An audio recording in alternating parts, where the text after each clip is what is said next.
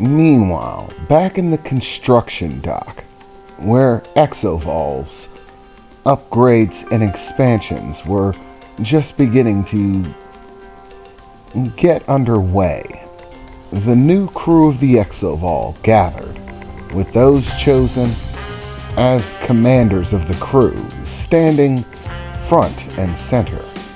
As the transport pad that Mika was standing on lowered her gently to the surface of the front area of the construction dock, there, with Exovol's massive form filling the space behind her, Mika stepped forward to greet her crew. Hello, it's nice to see that everyone is in attendance. By the looks of it, it seems that everyone showed up, which is good. The more the merrier, I say. I'm also glad to see that all of my picks for commanders showed up front and center. I was hoping to greet you all face to face before we got underway, Mika said as she began to approach the first of the members, who had formed a line in front of the rest of the crew. The first member in line was a man with dark black skin and foggy blue eyes, wearing a command uniform, of course, with a silver pin indicating his rank as first mate. The exceptionally sharp features of his face, framed by the somewhat statuesque appearance of his body. A very tall individual, standing about 6'3" easily, dwarfing over Mika. So, you must be Dolus, my new first mate. You're a Mosei, correct? Mika said, looking in his direction as she held the pad up, flipping through information. Yes, I am a Mosei. However, I do not understand why this is relevant. Yes, your people aren't much for idle chit-chat, are you? All things must have purpose, or at least that's what I've come to understand about your people. Or perhaps it's just a misconception. If it is, I'd love for you to enlighten me. It might save us some time, if there are no misconceptions going forward, Mika said, looking up at the stalwart individual, as he somewhat loomed over her, not by intention, but simply by sheer stature.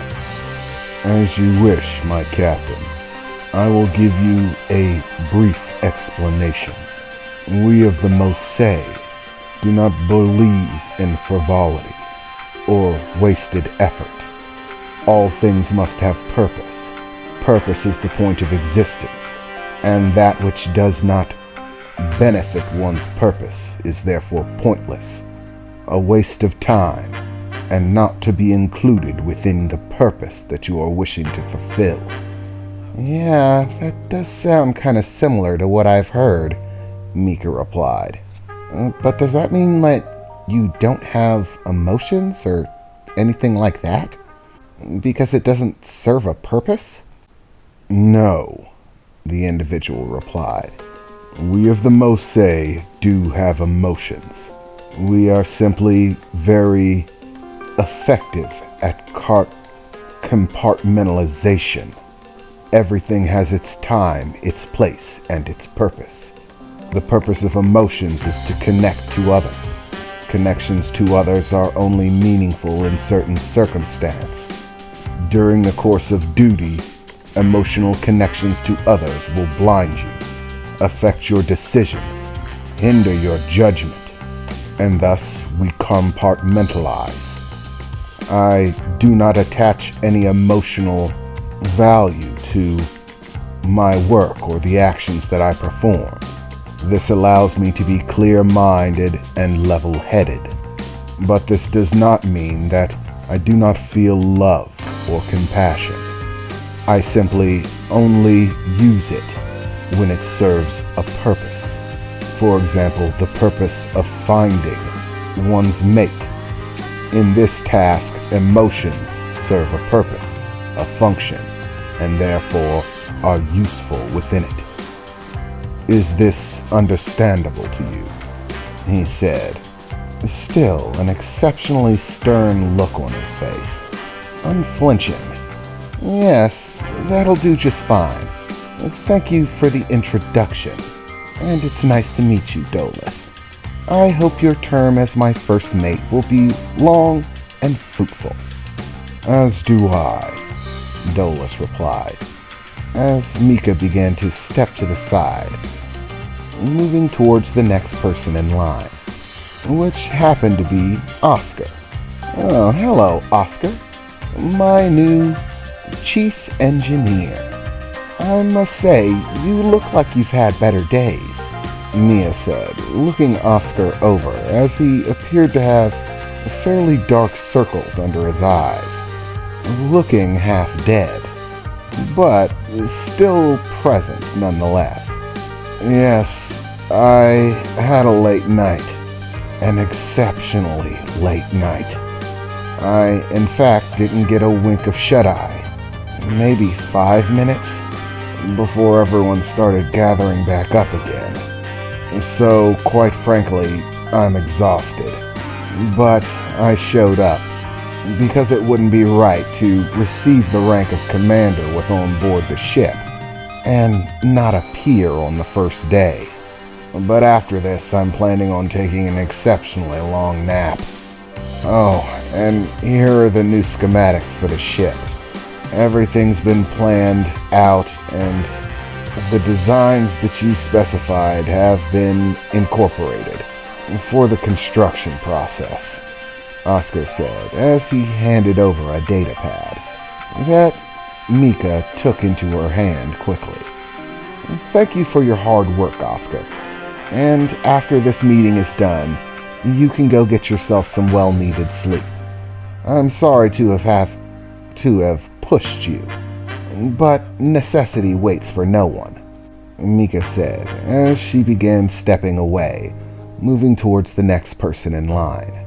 This individual seemed to be insectoid in nature, having what appeared to be an exoskeleton, large wings, 4 of them, that fluttered about a bit.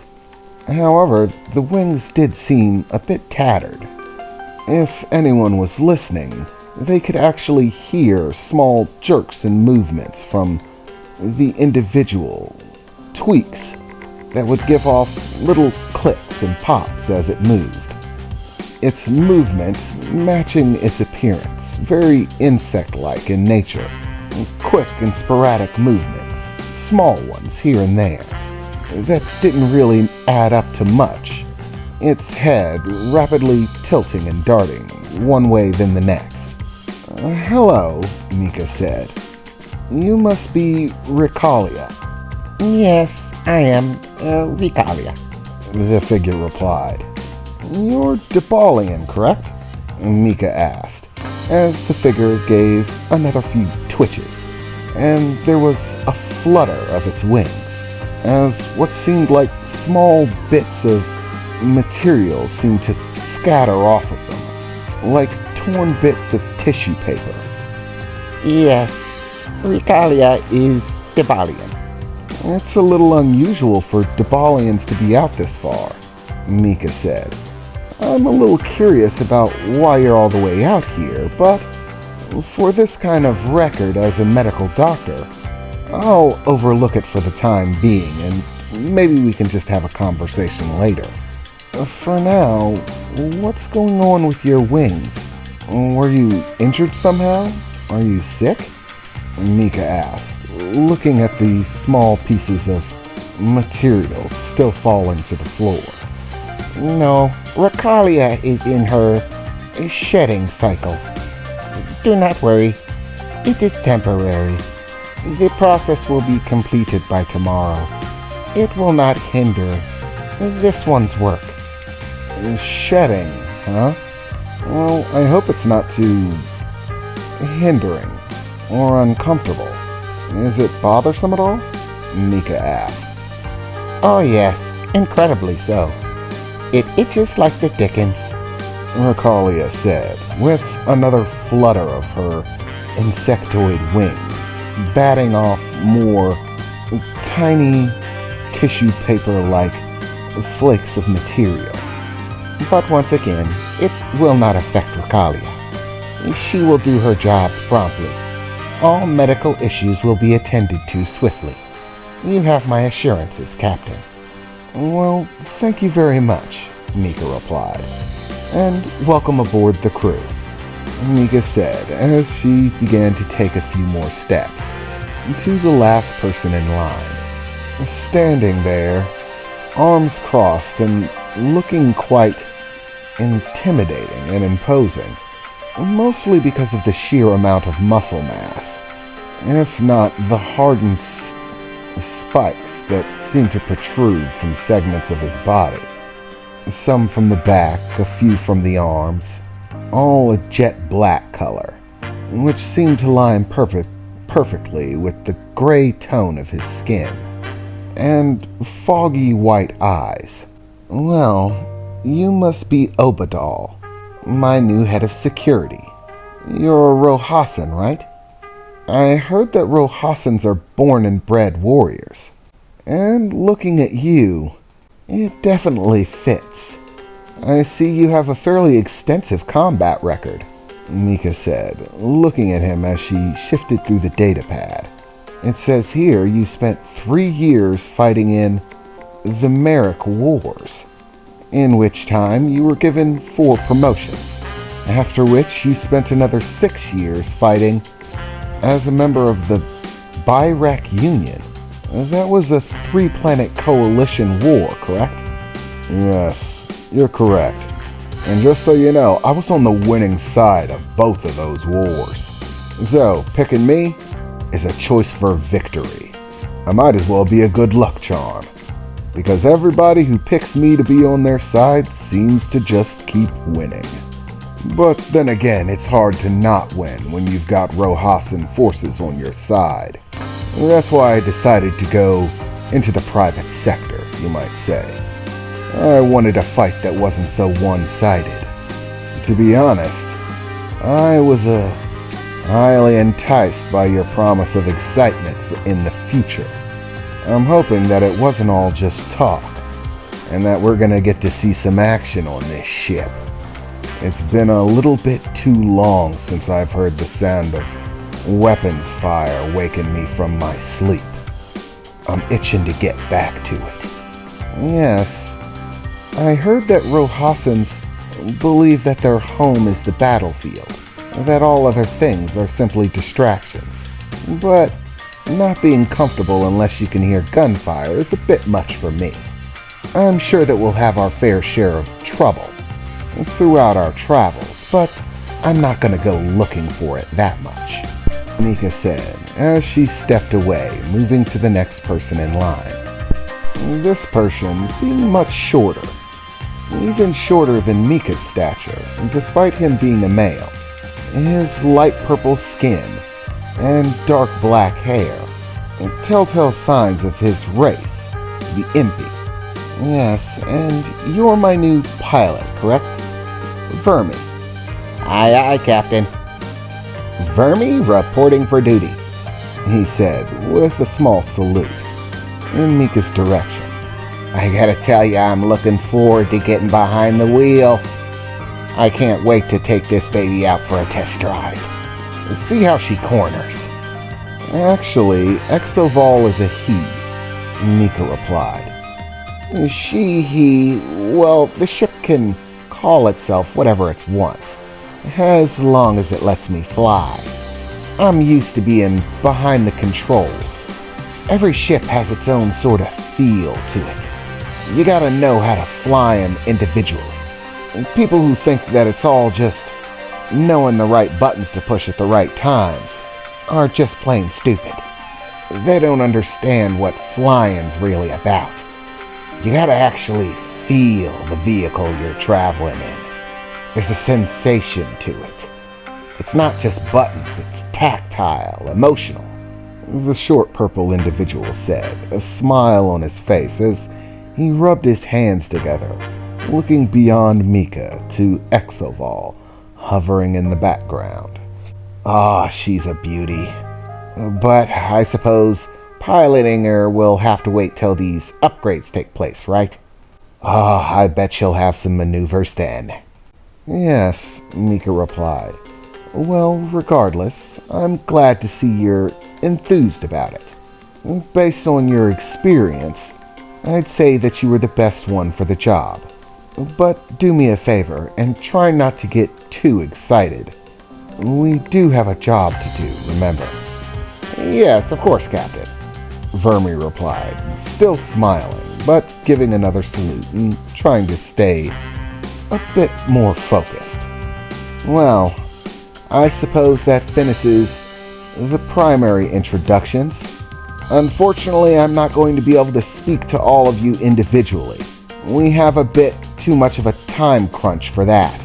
I hope to get to know all of you, but for the time being, we have work that needs done. From here on out, I'll leave you under the command of the commanding officers of your individual categories. They've all been given checklists and goals to accomplish, and you will work under them. We have a lot of work to do, people, Mika said, looking out at the crowd of gathered faces. So, let's get to it. All commanders, take control of your units. Begin facilitating the construction process, Mika said as she pointed to the commander units, as they all began to shout orders at the individuals working within their sections. And just like that, the entire crowd began to scatter about, all of them completing their own individual tasks, heading off in every direction. And just like that, everything was underway.